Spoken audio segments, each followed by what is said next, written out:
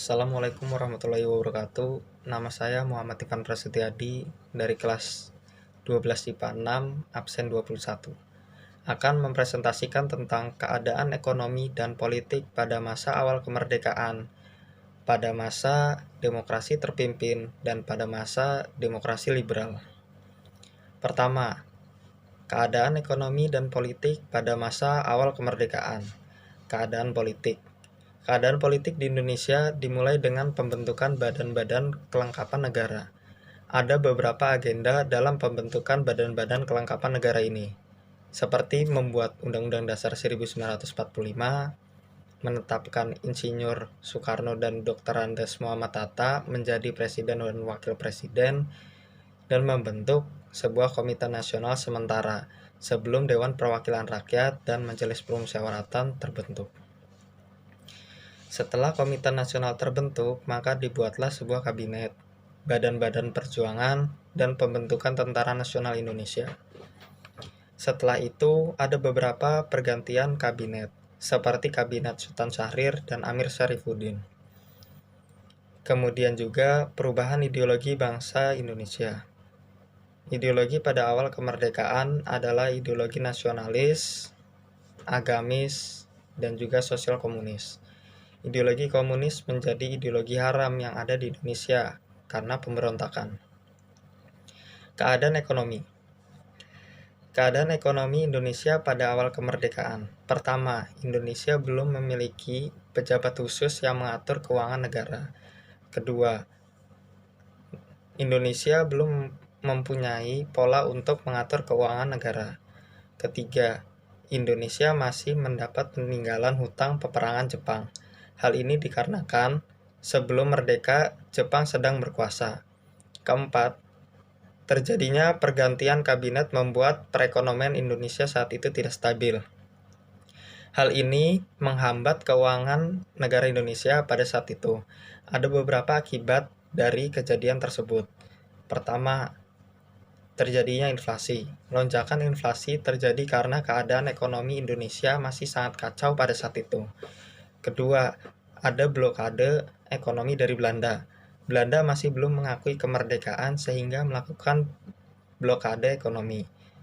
Terakhir, ada kekosongan kas negara pada waktu itu. Untuk poin kedua, ada keadaan ekonomi dan politik pada masa demokrasi liberal.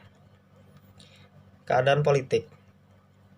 Menggunakan sistem multipartai yang memicu terjadinya persaingan antar fraksi politik di parlemen untuk saling menjatuhkan. Sistem pemerintahan. Pertama, presiden hanya bertugas menjadi kepala negara, bukan menjadi kepala pemerintahan. Kedua, kegiatan pemerintahan dilakukan oleh menteri. Ketiga, perdana menteri dan kabinet bertanggung jawab terhadap parlemen. Keempat, sistem pemerintahan yang berjalan yaitu parlementer. Kabinet. Pertama, ada kabinet Natsir. Dua, ada kabinet Sukiman. Tiga, ada kabinet Wilopo. Empat, ada kabinet Ali Sastro Midjoyo I. Kelima, ada kabinet Burhanuddin Harahap. Keenam, ada kabinet Ali Sastro Midjoyo II. Ketujuh, ada kabinet Juanda.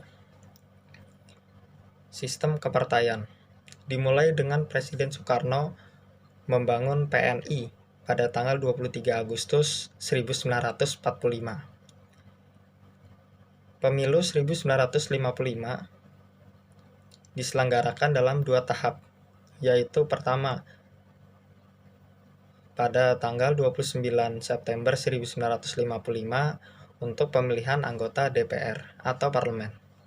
Kedua,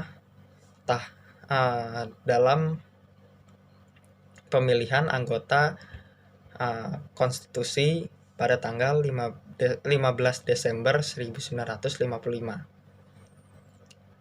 Kedua, ada partai terbesar dalam pemilu 1955 yaitu PNI, Masyumi, PKI, PSII, dan NU.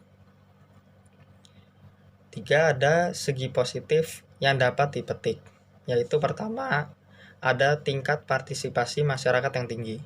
Dua, sedikitnya jumlah orang-orang yang tidak memilih atau golput. Ketiga, ada kesadaran untuk berdemokrasi. Untuk keadaan ekonominya, ada permasalahan ekonomi pada masa demokrasi liberal.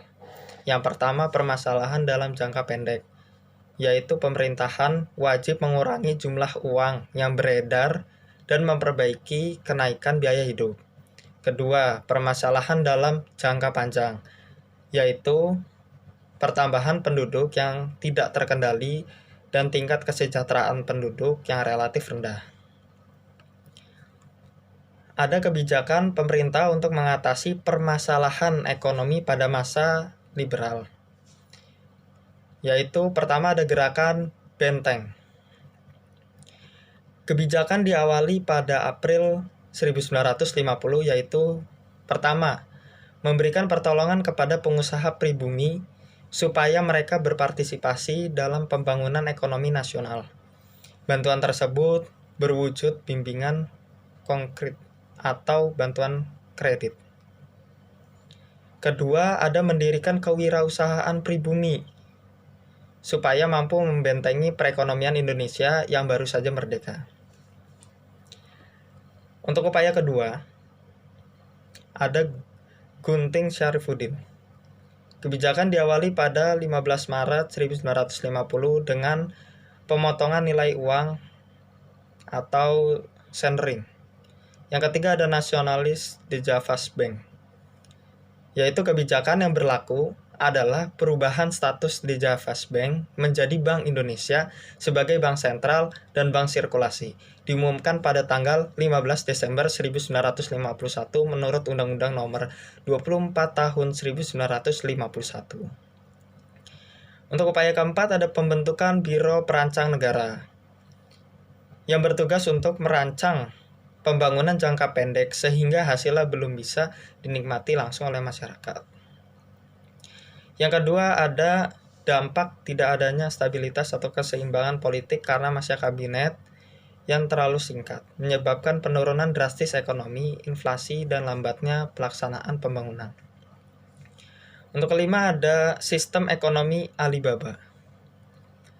Kebijakan yang dilaksanakan yaitu mendorong berkembangnya pengusaha swasta nasional pribumi dalam berusaha merombak ekonomi kolonial berubah menjadi ekonomi nasional. Langkah-langkah yang diambil yaitu mewajibkan pengusaha asing yang beroperasi di Indonesia untuk memberikan pelatihan dan tanggung jawab kepada TKI supaya bisa menduduki jabatan staf. Untuk keduanya ada membangun perusahaan negara. Ketiga ada menyediakan fasilitas kredit. Keempat ada memberikan lisensi untuk perusahaan swasta nasional. Untuk poin ketiga ada keadaan politik dan ekonomi pada masa demokrasi terpimpin. Untuk keadaan politik, pada 9 Juli 1959, Kabinet Juanda dibubarkan dan diganti menjadi Kabinet Kerja yang dilantik pada 10 Juli 1959. Kabinet ini memiliki program kerja yang disebut Triprogram yang meliputi pertama, masalah-masalah sandang dan pangan. Kedua, keamanan dalam negeri. Dan ketiga, pengembalian Irian Barat. Kebijakan-kebijakan politik yang terdapat dalam infografis di atas tentunya tidak lepas dari berbagai kecaman karena adanya penyimpangan seperti penetapan Soekarno sebagai presiden seumur hidup. Kok bisa ya? Waktu itu masih bisa karena waktu itu Undang-Undang Dasar 1945 belum diamandemen. Dan di pasal 7 saat itu hanya disebut bahwa presiden memegang jabatan selama 5 tahun dan sesudahnya boleh dipilih kembali. Selain itu, keberadaan MPRS atau Majelis Permusyawaratan Rakyat sementara dan DPAS Dewan Pertimbangan Agung sementara juga memuat kontroversi karena pembentukannya dibuat langsung oleh presiden, bahkan diketuai olehnya. Padahal seharusnya badan seperti MPRS dipilih melalui pemilu atau pemilihan langsung. Keadaan ekonomi. Kondisi ekonomi pada masa awal demokrasi terpimpin sangat terpuruk akibat pemberontakan-pemberontakan yang terjadi.